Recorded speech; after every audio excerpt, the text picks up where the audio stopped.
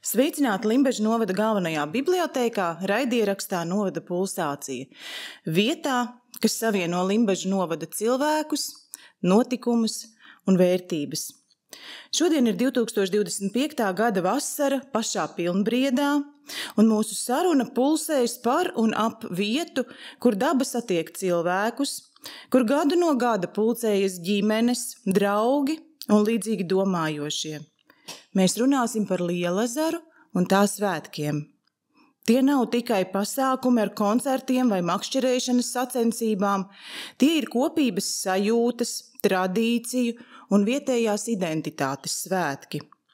Lielazars ir kļuvis par vienu no Limbažu atpazīstamības zīmēm, kā dabas objekts un iespējams arī kā kultūras un sabiedrības centrs.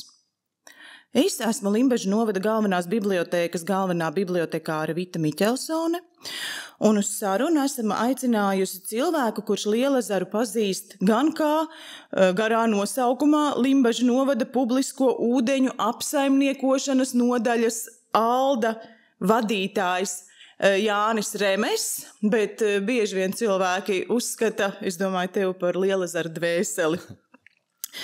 Un mēs atskatīsimies kopā uz Lielazara svētku pirmsākumiem, uz to norisi, izzināsim svētku attīstību, ielūkosimies aizkulisēs un runāsim arī par nākotnes iecerēm. Tad dodamies sarunā par Lielazaru kā dzīves, dabas un svētku centru. Tad, Jāni, jautājums, kas vispār ir Lielazara svētki? Jā, Lielazara svētki tie ir tādi tos pasākums, ko mēs mēģinām tad ieviest, nevis ieviest, bet atjaunot un iekustināt tā, kas Lielazars ir, tas, man liekas, viens no svarīgākiem vispār Limbažiem, kas Limbažiem, man liekas, tas ir vislielākā dāvana, tas ir tas Lielazars. Tas man kā ienācējam, lai gan īstenībā mūsu dzimta šeit dzīvo ilgi, bet es kā neesmu šeit, diemžēl, ne dzimis, ne audzis, bet atnākot, un viens no iemesliem, kāpēc vispār šeit arī atnākt un paliku šeit dzīvot, tas arī bija tas Lielazars. Un jūtu arī, ka cilvēkiem, arī limbažniekiem, reizēm varbūt viņi uz āru to neizrāda, bet iekšēji tas viņam ļoti, ļoti svarīgi, un tas ir viens no tiem svarīgākiem vispār vietām Limbažos, kas ir, tas ir Lielazars.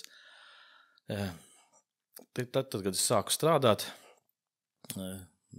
2010. gadā, pilsētas svētki bija kopā ar Limbažu Lielazars svētkiem. Tā kā tie Lielazars svētki bija pašā piekdienas, tas gājiens, kas noslēdzās Limbažu Lielazarā.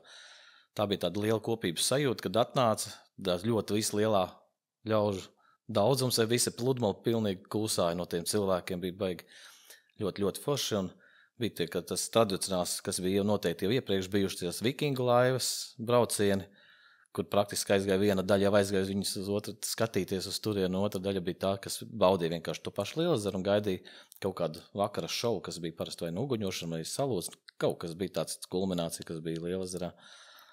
Bet sākotnēji, cik es biju runājis ar iepriekšējiem, tādiem jau pieaugušiem vīriešiem, kas kādreiz bija jaunieši, ka tie Lielazara svētki bija atsevišķi, un tur notika vairāk tās sporta spēles, un kur viņi tiešām varēja sacensties savā starpā, draugi savā lokā, un viņi tādus viņus bija atcerējušies. Un man savukārt atkal gribās apvienot atkal visus tos Lielazara apmeklētājus, ne tikai apmeklēt, bet kas izmanto, neizmanto, bet, atpūšās gan. Jo Lielazarā ir gan makšķernieki, gan sportisti, gan vienkārši atpūtas baudītāji. Viņus visus gribētu savienot kopā un būt, ka tie Lielazara svētki, ka tas ir, ka iesaistās pilnīgi visi. Jā, es atradu tādu informāciju mūsu novadpētniecības dzīlēs, ka pirmie Lielazara svētki vispār tika tā kā izveidoti jauniešiem, lai veicinātu šo te sportisko dzīvesveidu, un tas bija tālajā 1987. gadā. Tad noteikti tā kā ir kaut kad bijusi vairāk tur tas Lielazars izcelts, un kaut kad ir bijis droši vien aizmirsts, bet pēdējos gados jau tas tā tiešām arī es kopš atceros, šķiet, ka tiek savienot tā vecpilsēta un Lielazars ar to svētku gājienu. Bet tagad, kā tad notiek? Šobrīd jau nav tā, ka tas Lielazara svētki ir visas 3 dienas. Vai ir visas 3 dienas? Mēs mēģinām ieviest tā, ka tas ir tāds noslēgums jau Jo tagad visi pilsētā ir iztrakojušies, tad nāk uz Lielezaru un atpūšās savādākā veidā. Tas pats noslēgums ļoti skaistais, ka tas, ko rīko arī kultūras nams, ka tas ir tas koncerts uz ūdens. Paldies Dievam, malies, visus pēdējos gadus, ka tas rīkots un ir bijis ļoti labs laiks, jo tas ir tā āras, jebkurā gadījumā tas ir ļoti atkarīgs no laika apstākļiem, ceļš vēl uz ūdeņiem. Lai tur ne tikai vajadzīgs kā saulains laiks, vai arī, lai nebūtu lietus un vējš galvenokārt. Tas tās, kas varētu sabojāt šādas aktivitātes. Bet, Dievs parasti tā ir pareizajā vietā. Tas stāv klāt un viss notiek. Kas tev pašam ir svarīgākais šais Lielezara svētkos? Viens no tiem, jums tieši stāv tas buklets, kas tagad stāv uz galda. Tā bija tā ideja, ko es gribēju ļoti parādīt ne tikai tieši svētkos, bet vispār cilvēkiem vērst uzmanību tas, ka zivis ir šo bukletu veidots bija ar domu tādu, lai parādītu, ka zivis, ko parasti tautā sauc mazvērtīgām zivīm, ka viņas arī ļoti labi izmantojas kulinārijā un pievērst uzmanību uz to, ka tieši arī viņas var makšķerēt. Jo patreiz ir tā, ka makšķernieki ir izgājuši, ne visi, protams, bet ļoti lielā daļa uz tādām rekordu zivīm, uz saviem lielākiem lomiem, ļoti tādam vērā ņemamiem, jo tagad tās tehnoloģijas arī to ļauj, un ne visas zivs var nomakšķerēt ar tām tehnoloģijām, bet tieši vērst uzmanību uz tām zivīm, kas ir it kā skaitās tautā mazvērtīgas, bet to, ko es ejot ar makšķerniekiem runājot, praktiski viņi, kas ķer, viņas dažādos veidos arī pagatavo. Ļoti grūti bija dabūt kādu, kas iesniedz tās receptes, jo viņiem visiem liekas, ka tas nav nekas īpašs tā, kā es mājās gatavoju to. Viņš man izstāsta, es saku, bet tas ir īpaši, tā jau ir tā esence, to jau katrs, kad darot mājās tas elementārās lietas, liekas, ka tas ir tāds, ka visi tā dara, un tas nekas īpašs nav. Patiesībā ļoti daudz pat uzzina, ka tādas zivs vispār, ka tā vispār var pagatavot. Jā, jo man šķiet, ka šis, tu saki, buklets, bet man jau gribas teikt, ka tā ir pilnīgi tāda vērtīga grāmata, kas arī mums bibliotēkā ir pieejama ar visām šīm receptēm. Un, manuprāt, ir īpaši labi tas, ka tur ir arī zivs iekšā. Visas tās, kas mūsu Lielezarā ir sastopamas. Nezinātājs atver. Tās arī bija tā doma, tā, ka mēs neņēmām citas receptes, kā tikai tās, ko tiešām ķer Lielezarā, un to, ko arī paši arī gatavo. Tā bija doma. Manuprāt, tā ļoti labi izdevās, jo mums viņas visas grāmatas, visas eksemplāras mums viņas pilnībā izķēra, mums vēl visu laiku nāk un prasa vēl, tā kā mums būs noteikti jāveido vēl kaut kā tāds pats. Un paldies, protams, arī Zivju fondam, kas ar to atbalstu, mēs arī varējām to uztaisīt. Jo šobrīd, ja kādam ir liela vēlēšanās, tad pie mums bibliotēkā ir šī grāmata un var nākt un skatīt receptes un kopēt vai mēģināt gatavot arī kaut ko no šīm te zivju piedāvātajām receptēm. Tu saki, tu strādā kopš 2010. gada, ir pagājuši jau 15 gadi. Kas ir mainījies? Kā ezers, kā šie svētki ir mainījušies šajos te 15 gadu laikā? Ezers noteikti nav mainījies, mēs paši parasti mainamies vairāk. Ezers jau būtībā var arī iztikt arī bez mums. Mums ir grūtāk bez ezera. Tiem svētkiem, tas bija tie iepriekšējie bija tā, ka tie gājieni noslēdzās un tie bija tie pilsētas tā kā ieskandināšanas svētki sākotnēji, tā kā, sanāk tā kā tie Lielezera svētki un tad ir tie pilsētas svētki. Patreiz tagad sanāk tā kā atkal otrādi pilsētas svētki un tad ir tie Lielezera svētki. Tas ir tā būtiskākā, tas ir tā izmaiņa. Bet Lielezeram, es domāju, nav ļoti lielas krasas izmaiņas atkarībā tad, kad es sāku strādāt. Varbūt man ir bijis cits skatījums nekā citiem, iepriekšējiem, kas to bija saimniekojuši, un neteikšu, ka sliktāk, bet tas ir savādāk. Es gribēju vēst to vienkārši vajag uzmanīt tas, ka ezers nav tikai makšķerniekiem, tas ir ļoti lielai publikai, un patreiz arī katrai publikai tāpat liekas, ka tas ir makšķerniekiem ezeram, airētājiem liekas, tas ir airētājiem, un motobraucējiem, tiem arī liekas, ka tas ir priekš viņiem, bet pēdējā laikā, man liekas, ļoti labi jūs sadzīvo, un ir kādam pārpratumam, bet pa lielam, man liekas, visi ļoti draudzīgi. Ir mainījušies tās kultūras arī cilvēkos pašos, kā arī tās tehnoloģijas, ja kādreiz varēja uz ezeru atbraukt, viņiem nevajadzēja praktiski neko galvenais kaut kādā veidā nokļūt līdz ezeram un iekāpt laivā, jebkādā, vai tās bija koka laivas, pēc tam parasti stikla šķiedra laivas. Tāpat reizi ir laivas aprīkots ap 100,000 vērtībā. Tā kā, un prasības, protams, tad arī aug, jo viņas tās laivas vajag arī ielaist viņam, jo, bet, saku, ezers mainās cilvēki paši par sevi, un tas, jo mēs vairāk attīstamies, ja mums lielākas prasības. Bet man šķiet arī ļoti vērtīgi. Viss ir ļoti labi. Makšķernieki, airētāji, katrs atrod to savu vietiņu, bet arī pilsētas iedzīvotāji un viesi atrod to savu vietiņu, jo mums ir ļoti skaista dabas taka. Mēs varam iet klausīties putnu dziesmas, pāri Donaviņai uz tiltiņu skatīties, vērot, kā tur tās zivis peld. Tas jau arī ir ļoti, ļoti tāds. Man šķiet, ka tie, kas atbrauc uz Limbažiem, tiem ir noteikti jāaiziet uz Lielaezeru, un tie arī daudz nāk. Un... Es domāju, tāpēc arī nāk, un tāpēc tā, man liekas, tā pati galvenā Limbažiem tā ir tā, ka ir tas Lielezers, jā. Un viņš ir tā kā dabā, pilsētā, bet nojūt 500 metrus, un tu esi jau... Ar to mēs varam būt īpaši. Jā, mēs esam īpaši. Jā, ar to mēs varam lepoties, ka mums ir Lielezers. Kā tev šķiet, vai, tā paskatoties no malas, vai šie te Lielezera svētki, tie ir vairāk tāda atpūta, cilvēku izglītošana vai kopienas saliedēšana? Vai viss kopā? Tas ir viss kopā, protams, jā, jo tās aktivitātes mēģinu saveidot tā, lai būtu arī, parasti mēs uzveicam kādu ļoti zinošu makšķernieku, kurš šais lietas var arī pasniegt, un tur nav tikai bērni. Tas ir patiesībā arī ļoti daudz pieauguši uzzina. Tā kā es 40 gadus iepriekš, kad biju makšķerējis, es vienmēr biju slēpis tos tārpus, āķi ar tārpu visādos veidos, mēģināju nostāt.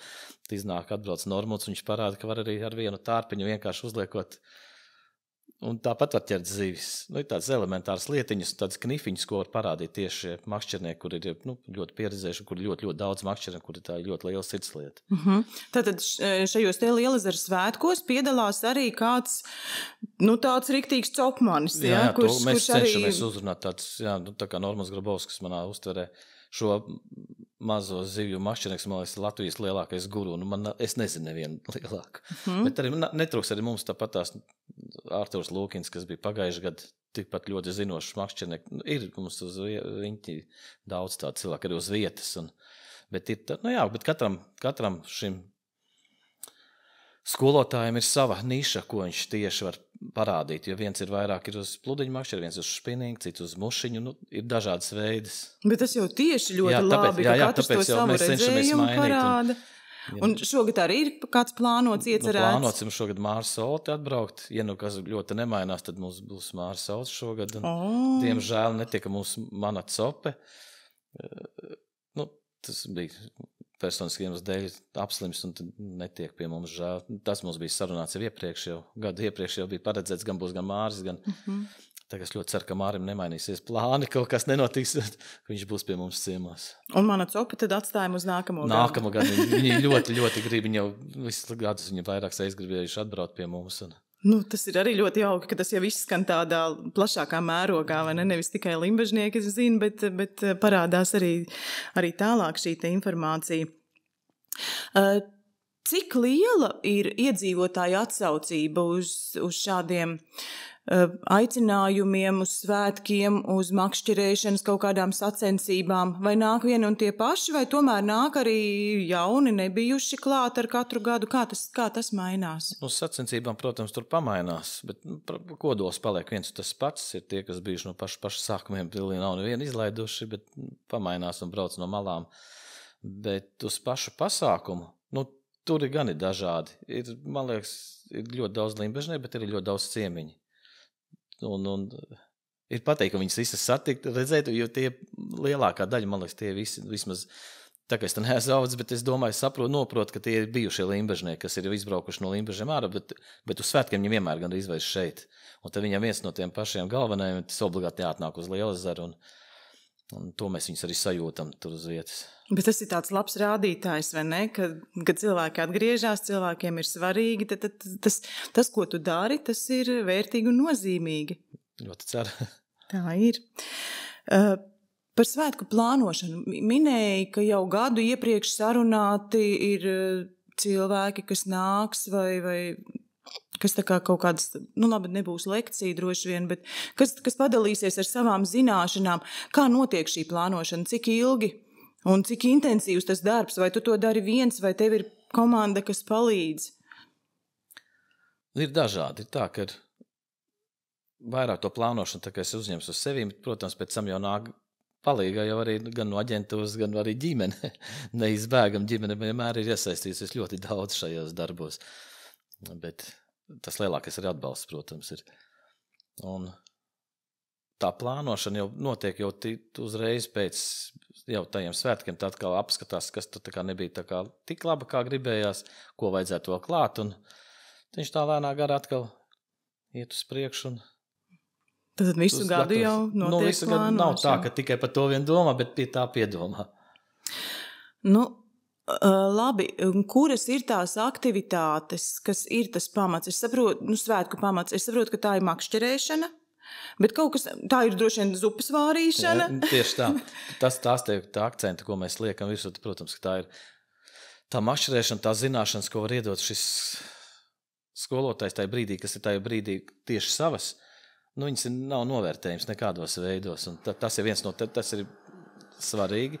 Un, protams, svarīgi ir arī zupas vārīšana. Tas, protams, mēs to darām brīvā dabā, uz vietas. Patīk parādīt cilvēkam, ka tā kulinārijas, un mēs parasti veidojam 5 katlos vāram to zupu. Katra zupa ir nedaudz dažādāk. Tas gan vairāk tas pavāras ziņā, bet jā, man ļoti svarīgi tas, ka tās zivis, ko cilvēki parasti makšķernieki noķer, ka viņas arī patērē ēšanai, nevis. Ir labi noteikti kaut kādas zivis noķert un atlaist, bet, manuprāt, tā ķeršana tomēr ir svarīgāk tas, ka tu to dari un viņu arī apēd. Tas ir arī vērtīgi. Jā, arī vērtīgi. Arī vērtīgi, ja mūsu pašu tīrā Lielezerā augušas, tad. Bet tā kā 5 katli, 5 dažādas zupas, ir tik daudz apmeklētāji, ka jaudā apēst to visu. Parasti pietrūk nedaudz, visi nevar dabūt, neuzspēj.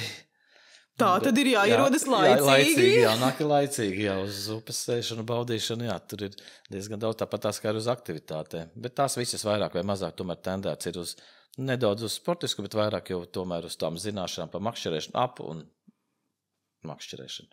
Tā, lai Lielezers attaisno šo savu vai ne jau tur nāk. Jā, jo mēs esam ļoti, ļoti bagāts ezers ar zivīm.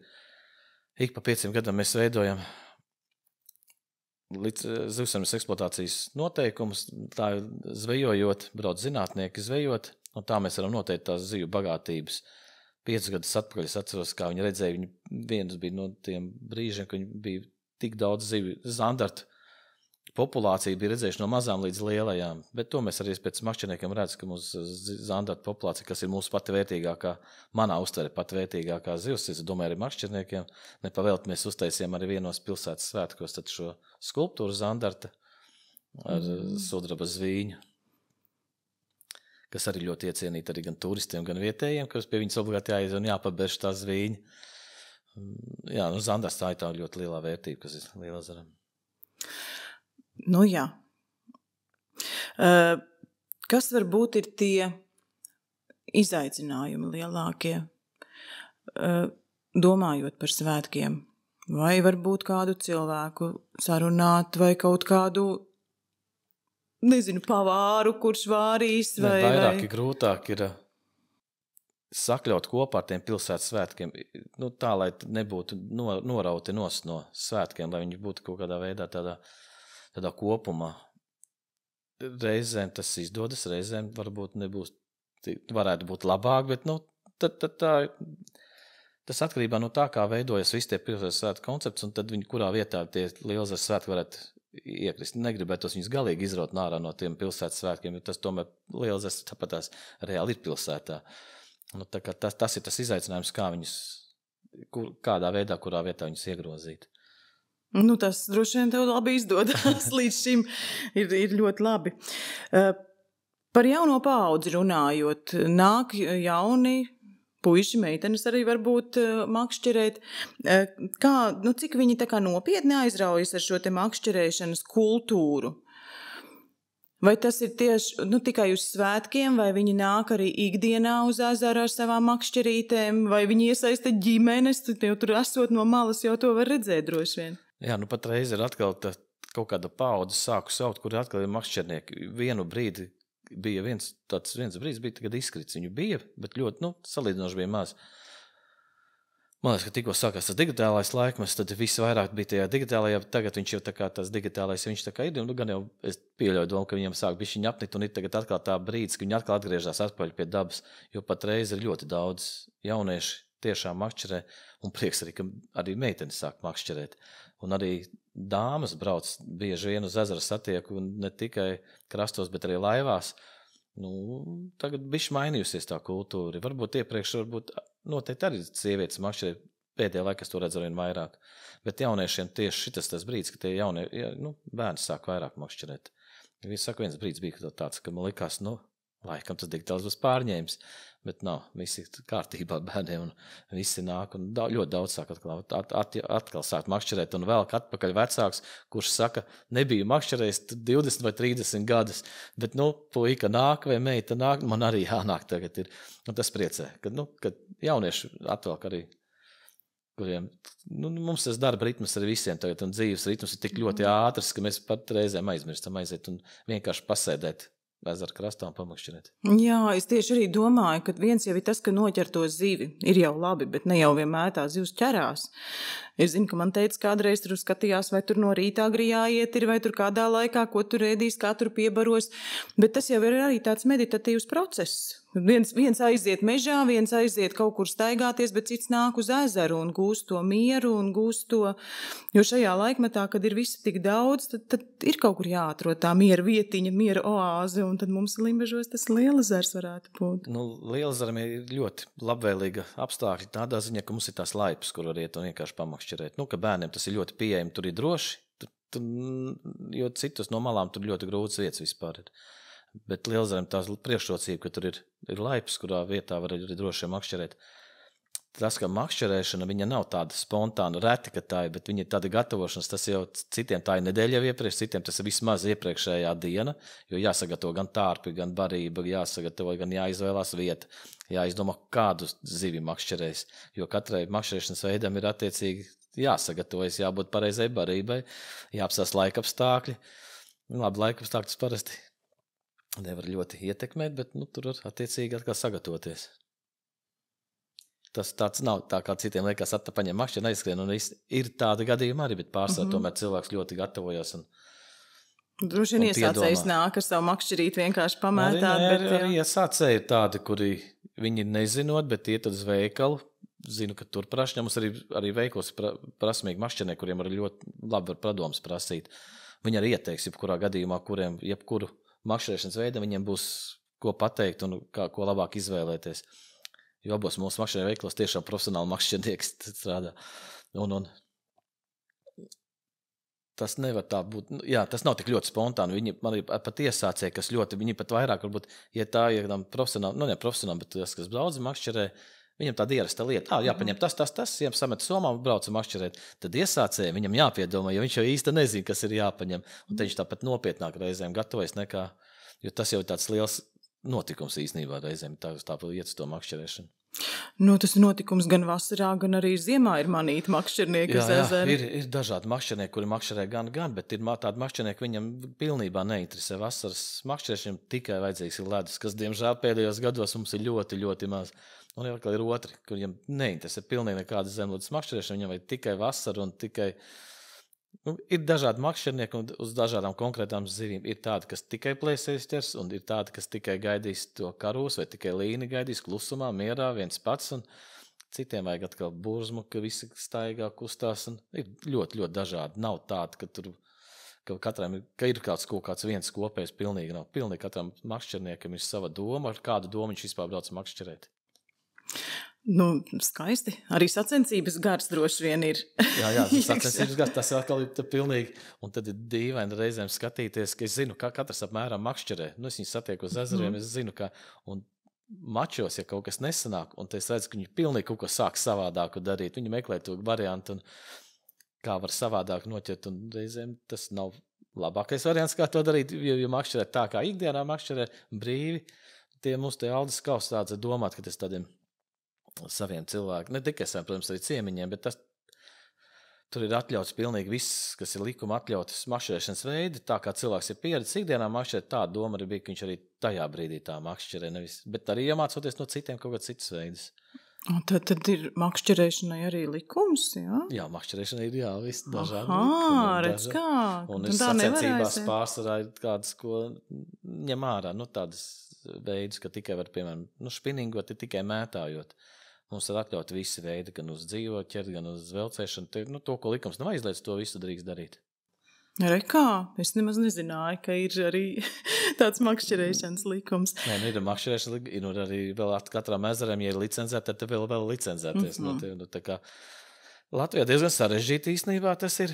Labi, ka tagad ir digitālais laikmets, ka mēs visu varam sameklēt telefonā, un tā mana copa aplikācija, tur gan var nopirkt licenci, gan uzreiz apstīties visus noteikumus uz attiecīgu ezeru. Jo gadus iepriekš tā bija problēma, ja katra licencētā vieta, viņiem patika kaut ko pamainīt, vēl kaut kādas sadaļas, ko cilvēkiem bija visu laiku kaut kur jāmeklē. Tas diezgan bija apgrūtinoši. Tāpat reiz, tu telefonā viegli var atrast un sameklēt un skatīties, jo katra vieta kaut ko grib bišķi pamainīt, vai samazināt zīvu daudz un paturēt, vai tā kā mums, piemēram, abos Lielezaros ir mājā aizliegts braukt, nevis braukt laivām, bet makšķerēt no laivām, pasargājot zandartu populāciju tajā brīdī, kad viņiem ir ārsts. Jā, tad nāks reizēm tad braukt pie viņiem klāt un stāstīt to situāciju, kur nav pamanījuši, kaut gan mums gan zīmes stāv, gan viss var ierakstīts, bet licences mēs varam tirgot. Viņi saka, bet kāpēc var licences nopirkt, bet tur jau rakstīts, licences nedarbojas māja mēnesī no laivas. Tādi, mums šis vienīgā atkāpe no noteikumiem lielajiem, bet ir citos ezeros ir vairāk vai visādi savas prasības. Un tas Latvijā diezgan sarežģīti īstenībā ir. Bet tā tad ir tā lietotne telefonā pieejama, ja pareizi saprotu, ja? Mana cope? Mana cope, jā, tad praktiski visi izmanto arī licences. Man liekas 90%, neesmu, protams, skatīju, bet man liekas lielākā daļa ezera tagad tirgo tajā aplikācijā Mana cope, vairs papīra formātā ļoti, ļoti reti. Arī mums vairs papīra formātā vairs nav, ir tikai bezmaksas licences. Tas ir ar domu, pensionāriem tiešām, kuriem problēmas ar internetu un nopirkt tās licences.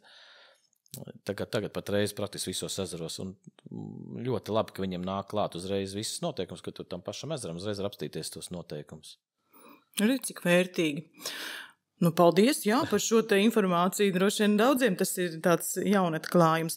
Bet, atgriežoties maz drusciņi pie tām nomakšķerētajām zivīm, ko tu arī pats teici, ka ir ļoti labi nomakšķerēt un arī apēst to zivi, lai nav tā, ka vienkārši pa tukšo tur iet un mētā to makšķeri. Tev droši vien ir arī kāda sava mīļākā recepte zivju. Tas ir katrai zivī sava recepte. Nav tāda, ka man būtu viena pati. Viena, protams, tā kā mums jau pagatavo zandarta krējuma mērcē, kas arī ir recepte. Kas ir arī grāmatā. Tas ir vienkārši, tā ir mums to, ko mēs cenšamies, ja mums ir izdodas man noķert, protams, viņu. Man jau reizēm arī apžēla makšķernieki, un paprast, ka es braucu kontrolu reidos, un paprast, vai es dabūju zandartu, viņi man iedod kādu. Bet tad tiešām cenšamies to, tad tie tā kā svētku sajūta, ko mēs ēdam. Pašam man, protams, patīk gatavot kotletes. Kas arī tur ir iekšā. Bet viena no mīļākajām arī man receptēm ir, ko es ļoti maz ziemā makšķerēju, bet ja arī makšķerēt, es ķeru raudiņas, un man vajadzīgs 9 līdz 12 raudiņām, atkarībā no lieluma, lai man sanāk pilna panna, un tad es vienkārši uzsepju, un tas man liekas ļoti garšīgi. Bērnības garša droši vien. Man arī tā ir bērnības garša. Bērnībā mēs cepām viņus uz ugunsur kādreiz, ka mēs bijām, tad tagad, tas. Bet, katrai zivī ir sava veida, kā viņu pagatavot. Bet, ja mēs runājam par to, kura var būt zivs, kura ir tā, kas reprezentē limbažus, bet tad jau droši vien to arī uz šo atbildēja, ka tas ir zandarts. Tas ir zandarts, uz ko galvenokārt brauc cilvēki. Brauc, protams, arī uz brekšiem, brauc tagad arī uz zušiem. Jā, tas valsts programmā projekts bija ļoti vērtīgs, ka mums ielaida zušas visā Latvijā. Tas bija vērtīgi, tas, ka viņš tagad visur ķerās, tas, ka viņi bija doma, ka viņas neķert viņas, bet tas praktiski Latvijā tas nebija iespējams, jo tas makšķerēšanas veids ir tieši tāds pats kā brekšiem vai zandartam, tā kā to būtu grūti nomenedžēt. Bet pat vērtīgāko, uz ko viss praktiski brauc, tas ir zandarts, tas ir mūsu vērtīgāk. Nu, nevar teikt, ka vērtīgākā. Tas ir mērķa zivs, ko viņi grib braukt. Jo mums ir vērtīgs ir gan līnes, gan karūsa, gan visas zivs ir vērtīgas, bet attiecīgi, ko katrs. Nu, par zandartu es esmu dzirdējis, ka zandartu ēd arī tie, kas neēd zivi. Jo viņai nav tur tas zivs aromāts, tāds, ka viņš ir tāds pilnīgi citādāk. Un pat neēdāja, zivju neēdāja, ēd zandartu. Nu, zandartu tur pagatavo dažādos veidos. Tā ir tā viena no tām zivīm, kuru var ēst arī tāpat kā lasi, tikai sāli un pipariem. Lai gan breks un rauda arī tāpat var ēst, un arī asari var ēst. Vismaz es viņas tā ēdu. Bet zandarts ir, viņa ir vērtīgākā zivs. Tur nenoliedzami, jā. Viņa, man liekas, ne tikai Lielezerā, viņa, man liekas, visā Latvijā ir. Kā tu pats vērtē Lielezera stāvokli, šo te ekoloģisko stāvokli? Zinu, ka mums ir pludmalē ir zilais karogs, tiek gadiem jau piešķirts. Bet kāds ir pašā ezera stāvoklis? Ezers ir ļoti skaists, ezers ir tīrs. Es esmu arī atradusi informāciju, ka pirms daudziem gadiem ezers auga ciet un cilvēki baidījās par šo, ka ūdens ir netīrs. Bet kā tu pats vērtē tur esot ikdienā un redzot, kāds ir bijis šis ekoloģiskais stāvoklis, vai kaut kas mainās vai nē?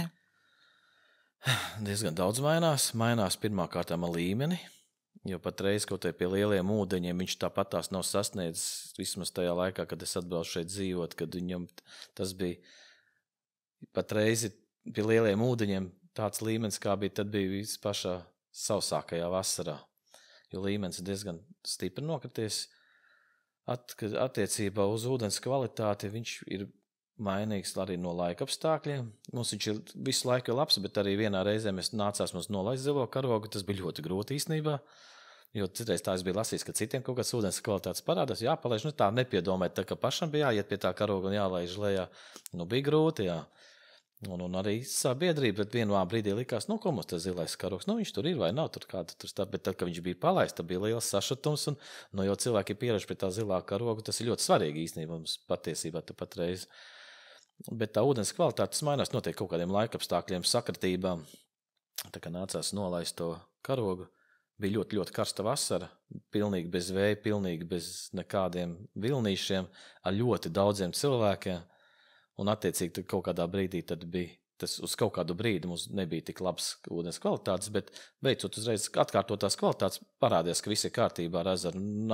Bija tieši pašā pludmalē tikai, jo visā pašā ezerā, kur mēs veicām analīzi, jo vien brīdi bija vismaz zinātniekiem likās, ka varētu būt kaut kas iepludināts, bet tas nepierādījās, jo mēs paņēmām visās vietās maksimāli, kur visur, kur varēja kaut kas būt, visur bija kārtībā, vienkārši tāda sakritība, kas sanāca dažādu, gan laikapstākļu, gan cilvēku, tāda sakritība, ka tas vienkārši pasliktinās tā kvalitāti. 2 gadus atpakaļ mums arī bija zilāļas, bet tas jau bija sezonas noslēgumā, paldies, ka tā sanāca. Ir lietas, ko mēs īsti nevaram laikam ietekmēt, tas ir kas noteikti, kas ir dabā ar tiem laikapstākļiem, nezinu, vai tā ir globālā sasilšana, bet kaut kas pamainījies ir, jo mums arī gan arī putni pamainās nedaudz, mums ir gārņi, kad iepriekš bija tikai pelēki gārņi, un balto, kad es ieraudzīju, likās, kas tas tāds, gan kāds atklājies putna, bet uznāk tas vienkārši baltais gārns, kas ir citā vietā, bet patreiz mums praktiski visi ir baltie gārņi, ļoti reti, kad ir vairs pelēkie gārņi. Tas nozīmē, ka dabā kaut kas pamainās, un noteikti vairs tik tālu nelido, pelēkie paliek kaut kur citur, un pie mums jau nāk jau cita populācija. Jā, tad galvenokārt ir to, ko es novērstu, ir ūdens līmenis ļoti, ļoti zems. Salīdzinoši to, kad es sāku šeit dzīvot. Bet svarīgi ir tas, ka jūs turat to roku uz pulsa un skatāties un dzīvojat līdzi, un arī iedzīvotājiem, tas ir ļoti nozīmīgi. Viņi seko arī līdzi, un tas nav tā, ka tiek uzvilkts tikai zilais karogs, un visi mēs tagad bez problēmām varam visu vasaru dzīvot, bet jūs sekojat līdzi kā apsaimniekotāji un cilvēki arī tā tad. Jā, cilvēki diezgan, tas pirmais impulss nāk no cilvēkiem reizēm. Ir tās process, kad notiek pavasaros, kad ūdens temperatūra mainās, tā kā mums Lielezerām abi gali purvaini ar kūdru, tad tas nedaudz kuriozais brīdis ir pašā mājas sākumā, tad, kad ūdens uzsilst, tad tā kūdra uznāk augšā. Tas skats nav tas pats patīkamākais, protams, bet Bet tad uzreiz zvani cilvēki, jā, ka kaut kur noplūdis, un tad es viņu uzreiz nomierinu, ka tā ir vienkārši dabiskais process, kas uznāk augšā tā kūdras. Viņa arī izskatās, kā būtu kaut kas nopludināts. Un tad nākošais zvans vienmēr praktiski katru gadu pie putekšņu, kad putekšņi sakrīt ūdenī. Un, ja ir mierīgs laiks, tad tā plēvīte veidojas tā kā būtu visās varavīksnes krāsās, liktos tā kā eļļa būtu izlieta ārā, bet tas vienkārši putekšņu reakcija ar ūdeni, un tas arī vienkārši, īstenībā viņš ir skaists process, bet ja nezinu, tad liekas, ka tā ir eļļa izlieta ārā, kaut kāda noplūda bijusi. Bet jā, tāpēc vienmēr saku cilvēkiem, paldies, ka vienmēr pazvana. Tas ir labākais impuls, labāk vienreiz pārbaudīt, nekā tur nenoklusēt un nelikties neziņas par to, kas tur notiek. Cilvēki ļoti atsaucīgi, diezgan daudz vienmēr zvanu un prasa uzreiz. Prasa, kas ir noticis. Tas tā ļoti, ļoti priecē, ka cilvēki iesaistās. Kādi būtu tavi sapņi, tādiem sapnis par ideālajiem Lielezeru svētkiem? Jā, tas būtu tad, kad mēs būtu visi iesaistījušies, pilnīgi visi tie, kas izmanto Lielezeru, gan sportisti, gan makšķernieki, gan atpūtnieki, gan vienkārši ciemiņi, un ka visi baudītu gan tas, kurš varbūt arī nemakšķerē, bet labprāt vakarā noklausās koncertu, vai otrādi, tas, kas noklausās koncertu un ka tās visa sabiedrība būtu savienojušies un visi izbaudītu šo visu lielo procesu. Man gribas jau tā kā teikt, lai piepildās, lai cilvēki sadzird un lai cilvēki ir gatavi šo te iesaistīties un veidot kopīgi šos svētkus. Tas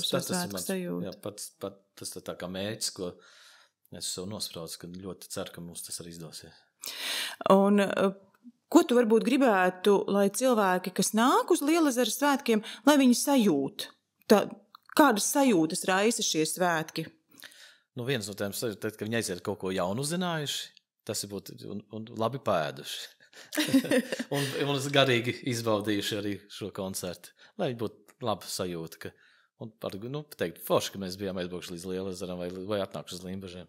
Šobrīd jau izskatās, ka šīs sajūtas arī var tā kā saņemt, aizejot uz Lielezeru svētkiem. Ir gan šis te prieks, gan jauns uzzināts, gan arī vēders piepildīts ar tādām garšīgām lietām. Tad varbūt pēdējais, kāds būtu tavs vēstījums cilvēkiem, tiem klausītājiem, kas nekad nav apmeklējuši svētkus, kas varbūt nākotnē domā nākt, nenākt, vai šogad nākt, nenākt. Kāds varētu būt vēstījums? Jebkurā gadījumā vēstījums varbūt ne tieši par tiem svētkiem, bet kā vispār pie dabas, ka atnākt uz ezeru, vairāk izmantot mūsu vispār, jāsaka tos, pareizi izmantot mūsu resursus, dabas resursus, kas mums vispār ir. Tas saka, tā kā mums tas ir Lielezers, un, protams, mums nav tikai liels, mums arī Doņezers pilsētā ir, mums ir 2 ezeri, bet vairāk kaut kā to Lielezeru, tāpēc, ka viņi var peldēties, Doņezerā nevar. Bet tas veistījums būtu noteikti tāds, ka vairāk izmantojot tos mūsu resursus, darīt to saudzīgi. Tas būtu noteikti svarīgi, lai mēs atstātu arī pēc mums, lai būtu viņiem patīkami izmantot, un tā kā man kādreiz patiks, neatceros, man liekas, tas bija kāds indiāņu teiciens, ka mēs esam dabu aizņēmušies no mazbērniem. Tā kā atstāsim arī viņiem tādu, lai viņiem būtu veselīgs šis mantojums. Paldies, ļoti vērtīgi. Un man gribas tiešām novēlēt, lai svētki ir skaisti, piepildīti, lai katrs atrod sev to prieciņu un to patīkamo momentu, un lai jums kā rīkotājiem, organizētājiem ir tāds gandarījums par padarītu darbu, nevis kaut kas nav izdevies, bet izdotās viss, kas ir bijis iecerēts. Labi, paldies. Paldies tev, Jāni, par sarunu. Šodienas sarunā vēlreiz apstiprinājās, ka Lielezers nav tikai ūdens Limbažu malā. Tas ir dzīves punkts kartē, kas elpo līdzi sezonām, cilvēkiem un svētkiem. No bērnu makšķerēšanas līdz vakara koncertiem, no vietējām zivju receptēm līdz sapņiem par zaļu un pieejamu, rosīgu nākotni. Viss šeit savijas vienā lielā kopienas stāstā. Vēlreiz paldies Jānim par atklātību, par entuziasmu un par to darbu, kas palīdz Lielezeram kļūt par vietu, kur atgriezties nevien limbažniekiem, bet arī turistiem, arī viesiem no tuvām un tālām vietām.